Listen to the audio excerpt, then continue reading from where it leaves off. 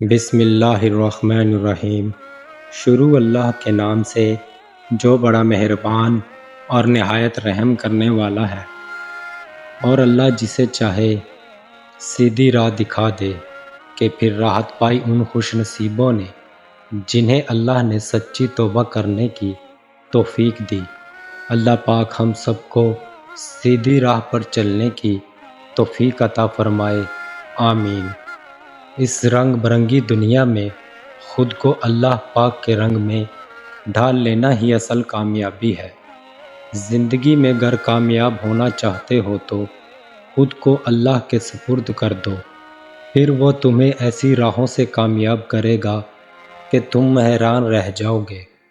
اور جب عبادات بوجھ سے سکون بن جاتی ہے تو رب سے عشق ہو جاتا ہے کہ رب نے تو اپنی عبادات میں کل جہاں کا مزہ رکھا ہے، بس ایک بار دل سے کر کے تو دیکھو۔ جب معاملہ اللہ کے سپرد کر دیا کرو تو معاملے اور اللہ کے درمیان سے نکل جایا کرو کہ جب بھی کبھی کوئی پریشانی آئے تو اللہ کو یاد کر کے پریشانی بھول جایا کرو، پھر وہ رب تمہیں ایسا سکھ دے گا کہ جس کی تم نے کبھی توقع ہی نہ ہوگی۔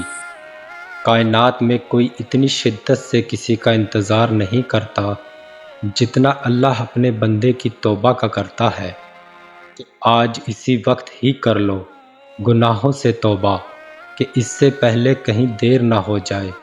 اللہ پاک ہم سب کی مغفرت فرمائے اور ہمیں نیک راہ پر چلنے کی توفیق عطا فرمائے۔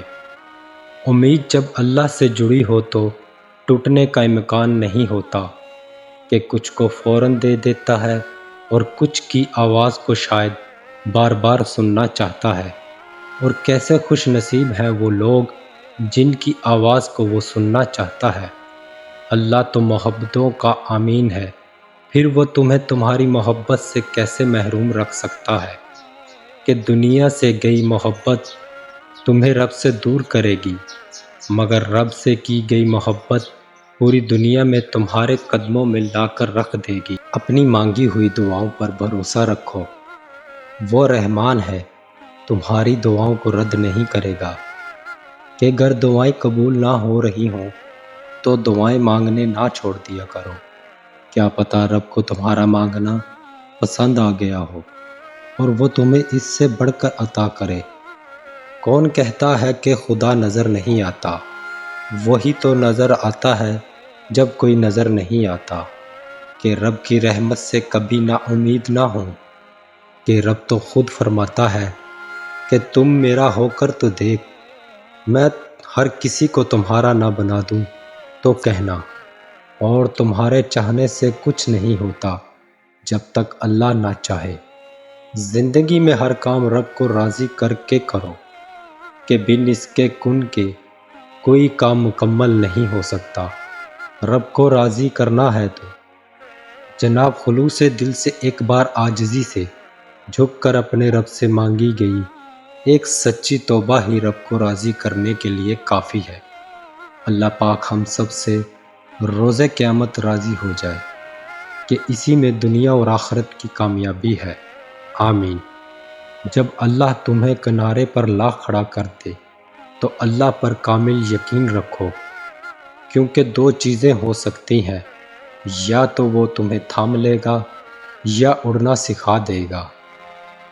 کیا تم وہ وقت بھول چکے ہو کہ جب اللہ نے موسیٰ علیہ السلام کو سمندر سے گزار دیا تھا، یونس علیہ السلام کو مچھلی کے پیٹ میں بھی زندہ رکھا تھا، ابراہیم علیہ السلام کی تپتی آگ میں بھی حفاظت کی تھی، تو پھر تم کیوں اللہ کی رحمت سے نا امید ہوئے بیٹھے ہو؟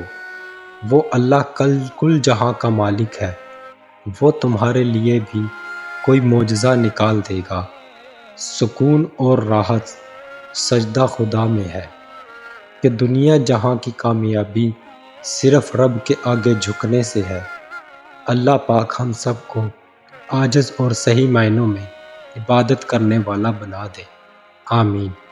اللہ پر توکل یقین اس حد سے کرو کہ بن پائے بھی تمہارے یقین کبھی نہ ٹوٹے۔